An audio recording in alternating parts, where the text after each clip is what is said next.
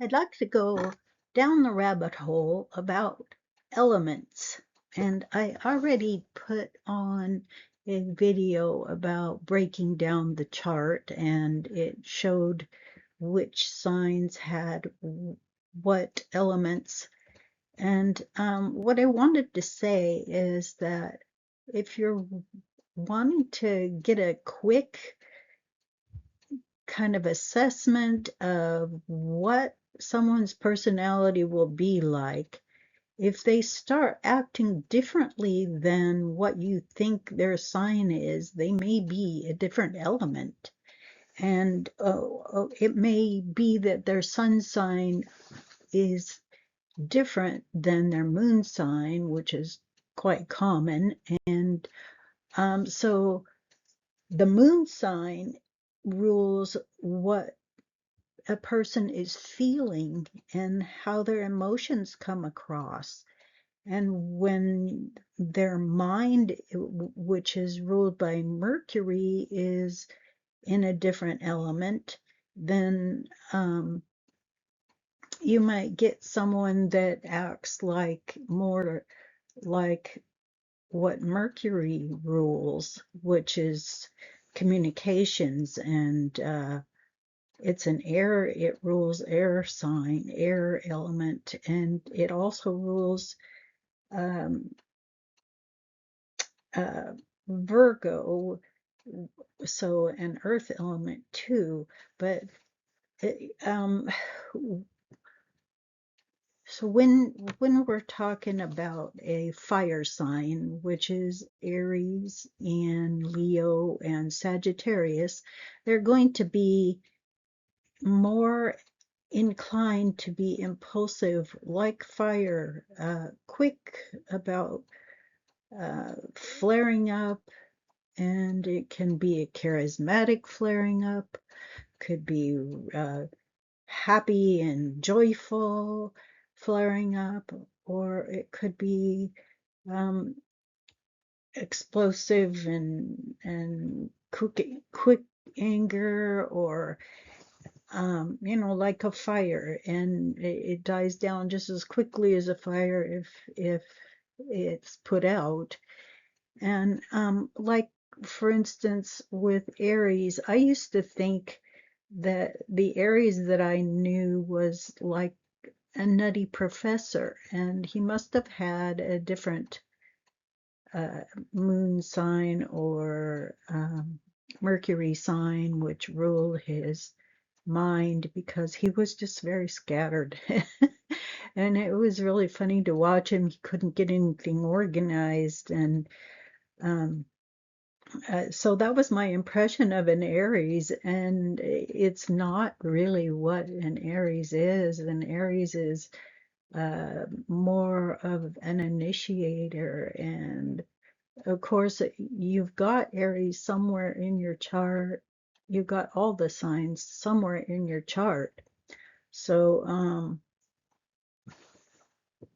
where a fire sign is in your chart, you're going to have this quicker, more impulsive, more charismatic, more just outgoing type of energy. And where you have an earth sign, you're going to have a more steady, stable, slower, methodical type of energy. And that is what Taurus and Virgo and Capricorn are, all three earth signs. So those are going to be more steady and slow, wins the race type of energy, or stable and structured. And like with Virgo, it's very analytical. With Capricorn, it's more structured. With Taurus, it's very steady and calm, and can be stubborn energy. But I mean, think of a bull. They're big and plodding and and if you think of a bull, I don't know if you've ever had um, exposure to a bull, but they're very big, and but when they get mad, boy, they can charge, and you better watch out because they're coming, and you know that's kind of the way earth signs, they've got all of the signs have both the more positive elements and more positive traits and the not so fun traits, and so you got to look at that, but kind of think about what element they're in. Now, the air signs are more in their mind and they're more talkative, and think wind. They're long-winded or lively-winded, or think of the wind, how the wind blows. It can come in a gust, and it can make you blow you off your feet. It can be like a tornado coming through, or so like a Gemini is very lively and talkative, and um, where a Libra is more peacemaking, and it's a gentle breeze, and where Aquarius is this tornado and lightning and explosions, and so I mean it could be more more and uh, encompassing energy, where with Libra it's more a quiet, gentle breeze, and with Gemini you just is lively. And I mean they all can be lively. Libra is also very lively at um just in a more gentle way than like a Gemini, or the Aquarius is more of a, in their mind, more aloof type of energy, more um, collected uh, type of it's if you've ever known an Aquarius, they're very in their mind. They have kind of a uh, it's hard to explain. They have aloof, I guess is the right word. I've already said it, but so when you're thinking of air signs, uh, that is more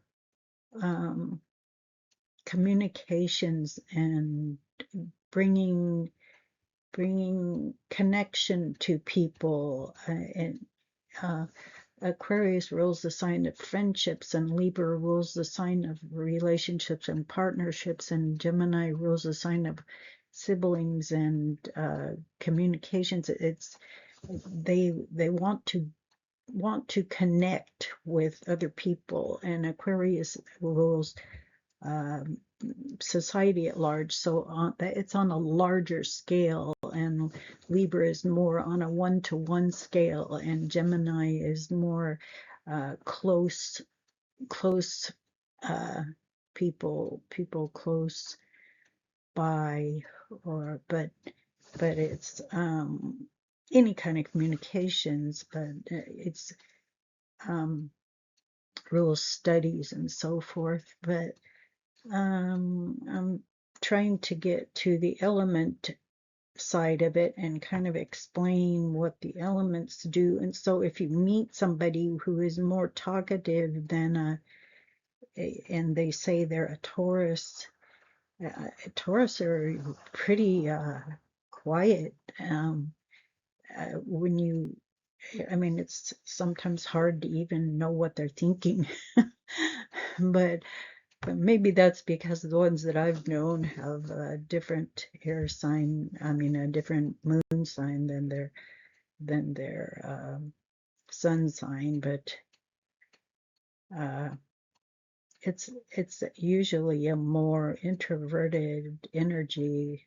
They they aren't as expressive as a Gemini. So if you come across one says they're Taurus and they're real expressive, it's probably their moon sign or their Mercury sign. Something else is affecting them. I mean, it could be even their Scorpio sign or their Pluto sign, because Scorpio is it's also an introversion, any water sign is. And um but but when you come across the Scorpio, they have a lot of psychology going on in their mind, so they might be more psychological in their approach to things. So if they talk a lot, it's usually on a psychological level. But anyway, that leads me into the water signs, which are Scorpio and Pisces and Cancer, and they have a lot of energy under the surface going on all the time. So there's always going to be an element of what are they really thinking, because they have so much going on. It's like they're submerged. Part of them is submerged all the time. And so like with a Cancer, they're very home oriented, and even it's hard to even disconnect them from their family. Their connection is so strong to family and home and mother that that's pretty much their whole persona is. It's a strong persona. It's it overshadows most of the other signs. I mean, most of the water signs, they don't, you wouldn't think they'd be powerful, but if you're underwater, you're stuck and you can't get out. You'll drown if you don't, when you get in a underwater. So you think of water signs as always having something going on under the surface that you don't see. A Scorpio has all kinds of uh, interesting sides to their personality going on under the surface. The sensual aspect of sexuality and being connected to the underworld, or being able to understand death at its deepest core and understand the psychology of life. And with it's automatic. They're so connected to the underworld that you wouldn't know that is going on under the surface unless you've been around them for a while, because at first they just appear very quiet and or very philosophical, and it's really psychological that it is going on under their minds. And with the Pisces, they can be lost in space, and you won't even know that they're what they're thinking, because they have all this unconscious creative energy coming up that is constantly going on in their mind. They might be a song might be playing in their head all the time, or something connected to imagination or dreaminess, and just living in their head. So I mean, that's only one part of a person's personality, and every one of these signs, you have them somewhere in your chart. So that part of your chart is going to be underwater, or uh, connected to the underworld, or connected to your home. That's that's that part of your chart is where it's either ruled by fire or earth or water or air. So you want to look at that, where if you've got a Libra moon sign, then your Libra is, your moon sign is in air. So your moon sign is making you one way, and your sun sign would be something else, maybe. So that's what I wanted to say is look at the elements because they can tell a lot about a person. And if you're really puzzled about the way someone's acting and they say they're one sign, really think that out because they probably have a different sign that is affecting them a lot more. And there is something called a stellium, which is 3 or more planets in a sign, and that can overshadow also. And if they appear to be focused on one type of thing a lot, it could be their north node is affecting them because the north node and the south node are parts that drive you toward a certain path in life, and that's more of a life path rather than usually how you act toward people. Now, a Scorpio will be obsessed, have obsession where you have Scorpio in your chart. I'm not saying that all Scorpios are obsessive, but usually where you have Scorpio in your chart, you might have obsessions in that area of your chart. And with a Pisces, it would be a possibility of addictions in that area of your chart. Or with a Cancer, you would maybe that area of your chart would be what you're connected to your home. And like if you're if wherever Aries is in your chart, you're going to have more impulsive energy. Maybe it'll be connected with your self-image more than where other signs are. So, like for instance, if you have Aries ruling your, let's say maybe your communications house, then your self-image would be wrapped up in your communications. The third house is the communications house. If Aries ruled that third house, and I think I've done a list of what houses each of the signs will act like in the houses. But this was more focusing on elements, the elements of fire, the elements of earth, the elements of water and air, and how they come across. And so what you might see in a person, if they've got a quick temper, it's probably not a water or a air sign, it's probably more a fire sign. Now, a earth sign might have a slow temper, and they can have a temper, but it's more a smoldering temper rather than a quick quick temper. And then with the air signs, it depends on the rest of the chart. Air signs usually are not, they're usually more in their head.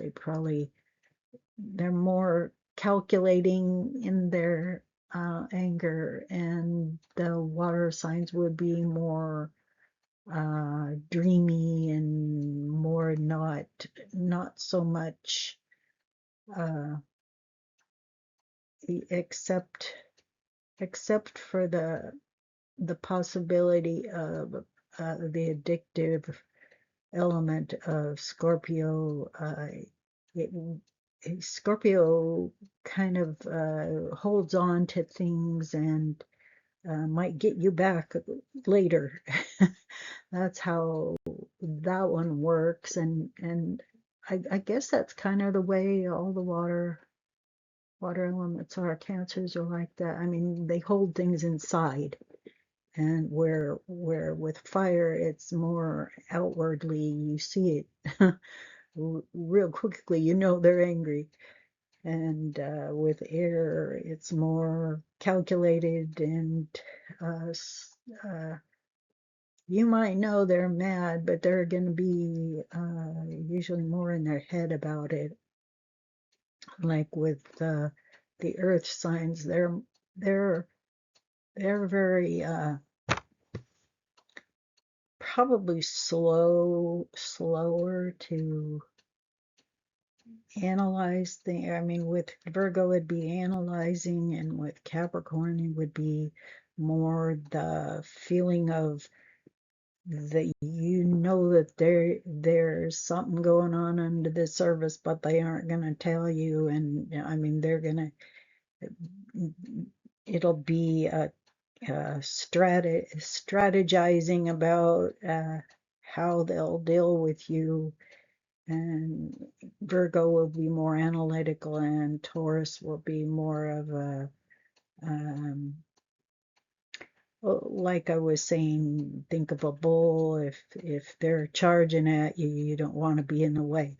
But anyway, I that was kind of a rundown of what I think about the elements, and how you might puzzle out how people are. I like to go down the rabbit holes, and this was a rabbit hole. So when I first started doing astrology, this was the kind of things I had to puzzle out in my head and kind of give each of the signs a little bit of an archetype. I thought of like I said, I thought of the Aries as a nutty professor, and it wasn't at all that.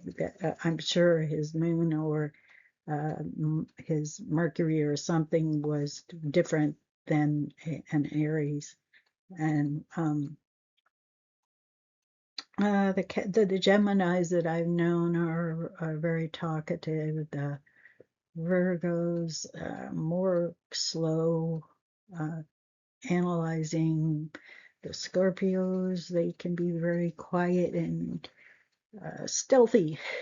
And uh, Libras, just very peaceful. And uh, Taurus, actually pretty calm until you get them upset. And Cancer, the ones that I've known have had other elements going on. So even though they've been fairly interesting, they're kind of sidewinding. I mean, they kind of, because of the water element, you don't know what they're thinking, and so they kind of sidewind, and uh, like a crab. I mean, crabs sidewind. They kind of go off to the side rather than walking straight forward. And that's kind of how I perceive them. And see, that's the things that going down the rabbit hole about how I learned astrology. That was kind of the things I thought. I thought, well, that person's just like a little crab that crawls off to the side and doesn't really approach things straight on. And I can't get them to talk in a straight line.